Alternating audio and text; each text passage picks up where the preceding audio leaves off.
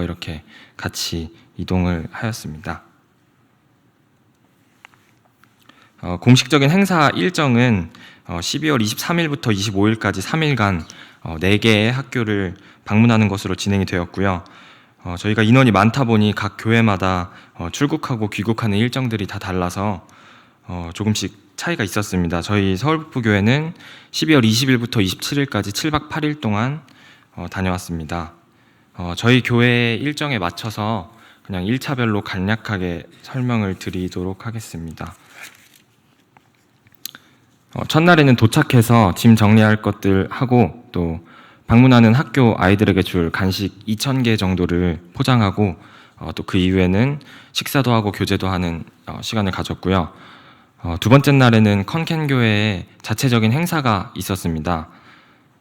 아이들을 초대해서 공연도 하고 또 한국에서 보내주신 옷들도 나눠주는 행사였는데 아이들이 70명 정도 왔습니다. 이때는 저희가 전부 공연을 하진 않았고요. 간단하게 싱어롱과 워십 정도만 하고 같이 교회 데코레이션 하는 것과 또 옷 나눠줄 때 도움 주는 정도로 함께 하였습니다. 또 세 번째 날은 주일이었습니다. 컨켄교회 예배당에서 함께 예배드린 후에 또 현지 성도님들과 교제도 하고 또 선물 교환도 하는 시간을 가졌고요. 저녁에는 다음 날부터 있을 행사의 총 리허설을 진행하였습니다. 4일차부터는 이제 행사 일정이 시작되었는데요. 여기가 처음에 갔던 반툼 초등중학교입니다. 학생 인원이 700명 정도 되었고 행사 시작 전에 이렇게 아이들과 같이 축구도 하고 참 즐거운 시간들을 보내고 왔습니다. 또 오후에는 교회로 돌아와서 행사에 대한 피드백을 하는 시간을 가졌습니다. 5일차에는 행사 두 번째 날이었는데요. 댕야이 초등중학교입니다. 학생이 150명 정도 있는 학교였고 행사를 잘 마친 후에 또 오후에 저희는 공원 산책도 하고 야시장에도 다녀왔습니다.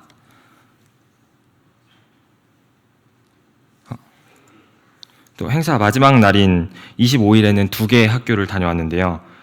여기가 오전에 갔던 넝룹 초등중학교입니다. 학생은 260명 정도 있었습니다.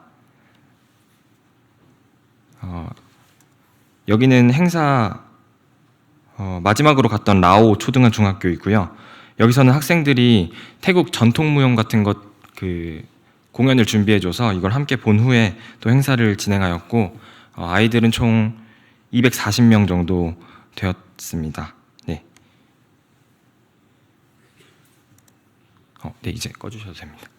이렇게 공식적인 행사 일정은 마무리가 되었고요. 저희 돌아오는 날이었던 26일에는 다 같이 모여서 소감도 나누고 또 나가서 외식도 한 후에 저녁에 비행기를 타고 출발해서 27일에 한국에 도착했습니다.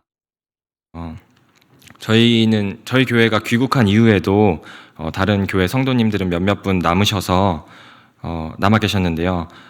안병환 형제님 자매님 되시는 모전미 자매님이 태국 컨켄대학교에서 한국어 강사로 한국어를 가르치고 계신데 그래서 남아 계셨던 분들과 함께 컨켄대학교 학생들 해서 레크레이션도 하고 또 교제도 하는 그런 시간을 가지셨다고 합니다.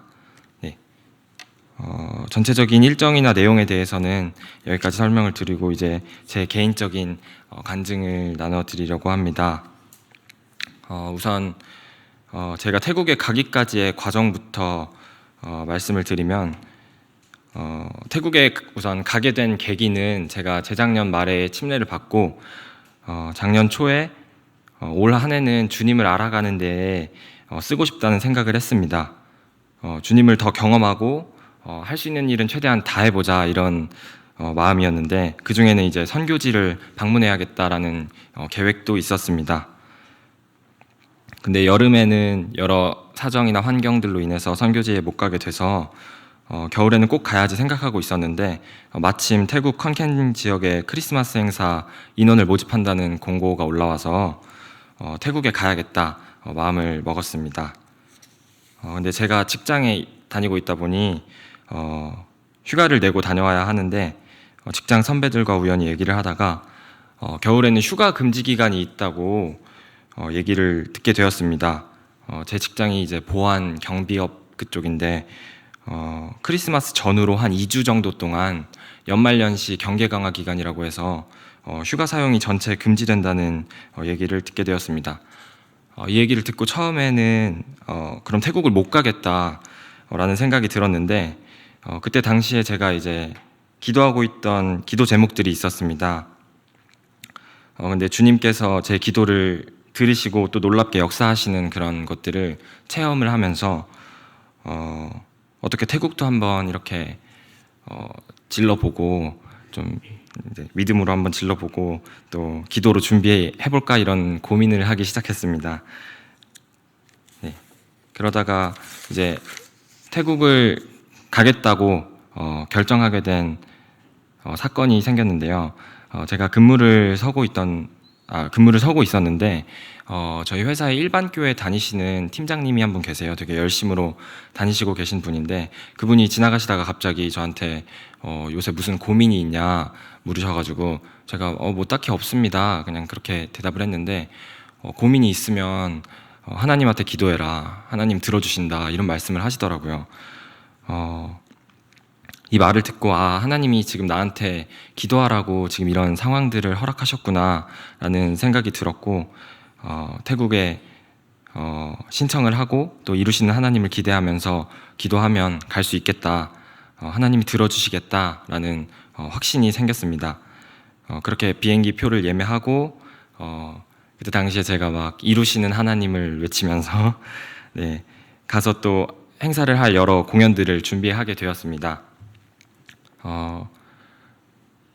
전주에서 모이는 태국 가는 인원들 전체 다 모이는 회의도 다녀왔고요. 어쨌든 이제는 태국을 좀 안 갈 수가 없게 된, 이제는 빠질 수가 없게 된 그런 상황이 되었습니다. 그때까지만 해도 이제 일이 잘 풀릴 거라는 확신이 있었는데 제가 참 연약한 게 이제 회사에 휴가를 말해야 되는 때가 다가오니까 참 마음이 불안하더라고요. 안 될까봐. 안 되면 어떡하지? 그럼 퇴사를 해야 되나? 이런 두려운 마음으로 팀장님께 가서 말씀을 드렸습니다. 태국 때문에 뭐 휴가를 쓰겠다고 말씀을 드렸는데 단칼에 거절당했습니다. 그래서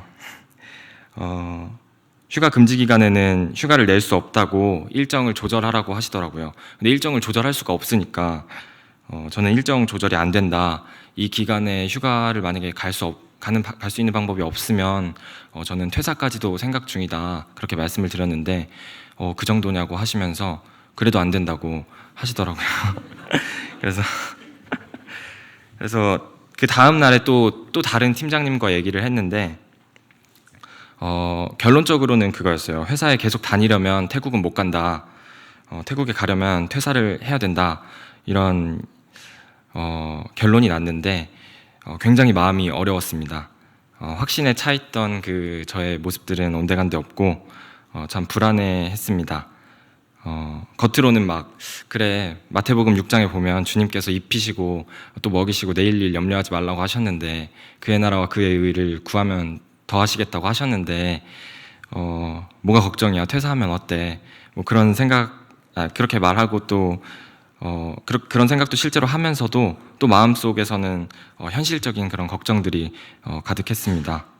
제가 또 독립해서 자취 중인데 다음 달 월세도 내야 되고 관리비도 내야 되는데 이 직장 굉장히 만족하면서 잘 다니고 있었는데 막 이런 생각들로 마음에 참 평안이 없었습니다. 그렇게 일주일 정도가 지났는데 팀장님께서 부르시더니 그 휴가에 대한 얘기를 소장님께 한번 말씀드려보자고 하시더라고요.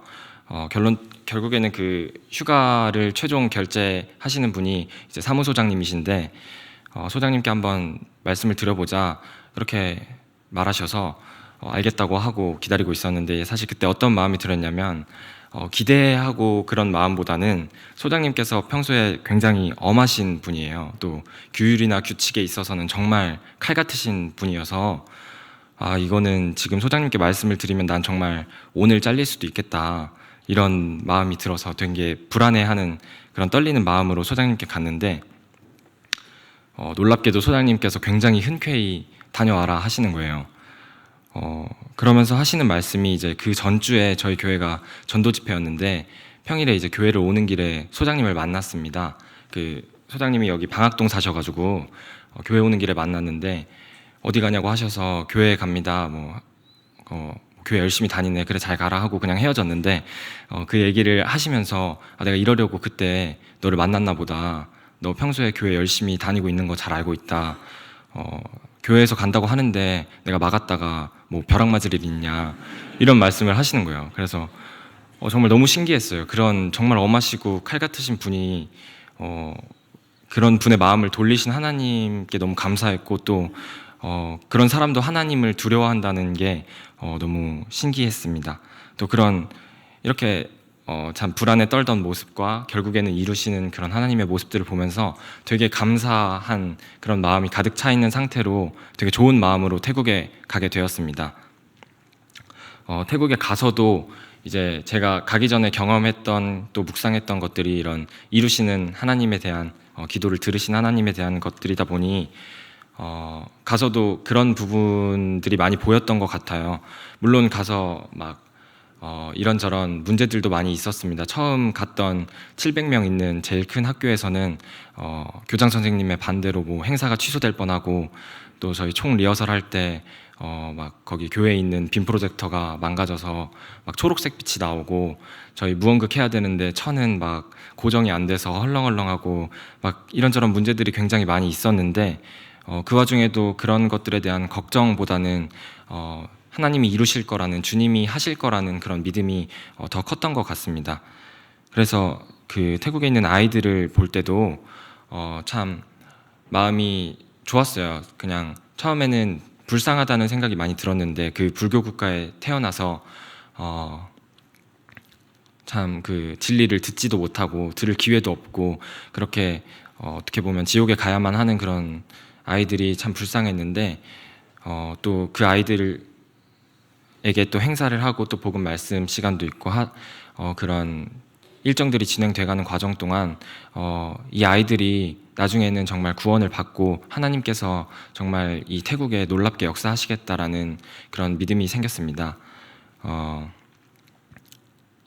저희 가기 전에 또 어떤 형제님께서 그런 말씀을 하셨는데 지금 이 태국 컨켄 지역에 이 행사들이 지금은 되게 작고 그런 작은 불씨 정도일지 몰라도 이제 앞으로는 정말 그 불이 크게 번져서 태국 전 지역이 복음화 되기를 기도한다고 그런 말씀을 하셨는데 그 말씀이 정말 막 이루어질 것 같더라고요. 가서 막 행사를 하고 하는데 그런 기대들이 많이 컸어요. 그래서 같이 갔던 분들은 아시겠지만 제가 굉장히 태국에 있는 기간 동안 들떠 있었습니다. 막 그런 엄청 평소에도 텐션이 좀 높은 편이긴 한데 거기 가서는 정말 막 신나가지고 그냥 막 뛰어당기고 막 그랬어요. 그래서 네, 그런 이루시는 하나님에 대한 기대를 품고 또 마지막 학교에 행사를 마치고 나서 안병환 형제님께서 그런 말씀을 하시더라고요. 이 아이들이 나갈 때 이 아이들을 보면서 한 명 한 명 보면서 이 아이들에 대한 축복 기도를 했다고 하시면서 이 아이들이 언젠가 하나님 앞에 돌이키고 회개해서 정말 구원을 받고 하나님이 역사하실 거라는 기도를 했다. 그리고 그 기도를 마친 후에 하나님께서 그런 기도를 들어주실 거라는 확신이 생겼다. 그런 말씀을 하셨는데 제가 또 가기 전과 또 가서 그런 이루시는 하나님에 대한 것들을 계속 생각했다 보니까 그 말씀에 정말 너무 공감이 되더라고요. 정말 그 기도가 또 그 말이 너무 아멘이 되었습니다. 그래서 참 그 학생들을 위해서 지금은 비록 작은 행사이고 작은 지역의 작은 학교들일지 몰라도 이제 앞으로는 정말 그 아이들이 교회로 인도되고 또 구원을 받아서 또 그 복음이 전파되고 그런 것들을 기대하면서 또 기도하는 마음이 생겼습니다. 네, 마지막으로 그 안병환 선교사님 보면서 제가 들었던 생각이 있었는데요. 안병환 형제님께서 지금 건강이 되게 많이 좋지 않으세요.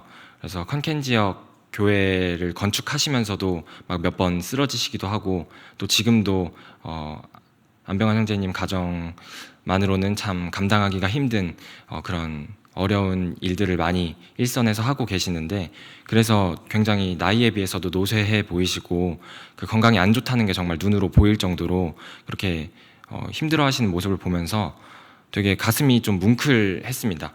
근데 처음에는 좀 뭔가 뭉클하고 뭔가 막 눈물 날 것 같은 그 기분이, 감정이 뭘까 생각을 했는데, 내가 지금 선교사님을 막 불쌍하다고 안쓰럽다고 생각하는 건가? 막 그런 생각을 했는데, 사실 그러면 안 좋은 거잖아요. 되게 안병환 형제님께서는 정말 주님을 위해서 자기 한 몸을 바쳐서 가진 거 또 있는 거 없는 거 정말 다 드리고 계신 분인데, 그런 분을 보면서 제가 좀 불쌍하다 안쓰럽다 생각하는 것 자체가 굉장히 잘못된 행동이라는 생각을 했습니다. 그래서 그러면 지금 뭔가 이 먹먹한 이 감정이 뭘까 계속 생각을 해봤는데, 결국에는 죄송한 마음이었습니다. 안병환 형제님께 죄송한 게 아니라 주님 앞에서 되게 죄송하더라고요. 그냥 물론 안병환 형제님뿐만 아니라 여러 부분에서 또 여러 나라에서 또 각자 자리에서 정말 주님을 위해서 자기 몸을 드리면서 그렇게 신앙생활을 하시는 분들이 너무 많이 있는데, 제가 그분들과 같은 믿음을 가진 같은 형제인데, 같은 성도인데, 근데 나는 너무 편안하게 신앙생활을 하고 있는 게 아닌가라는 생각이 많이 들었고요. 그래서 많이 도전이 되고 참 주님 앞에서 죄송하다라는 생각이 들었습니다. 나는 그렇게 주님이 만약에 정말 그런 어려운 길로, 고난의 길로 나를 부르신다면 내가 주님 제가 여기 있나이다 하고 갈 수 있을까라는 생각을 해봤을 때 못 가겠더라고요. 그래서 너무 죄송하고 참 도전이 많이 됐어요. 그래서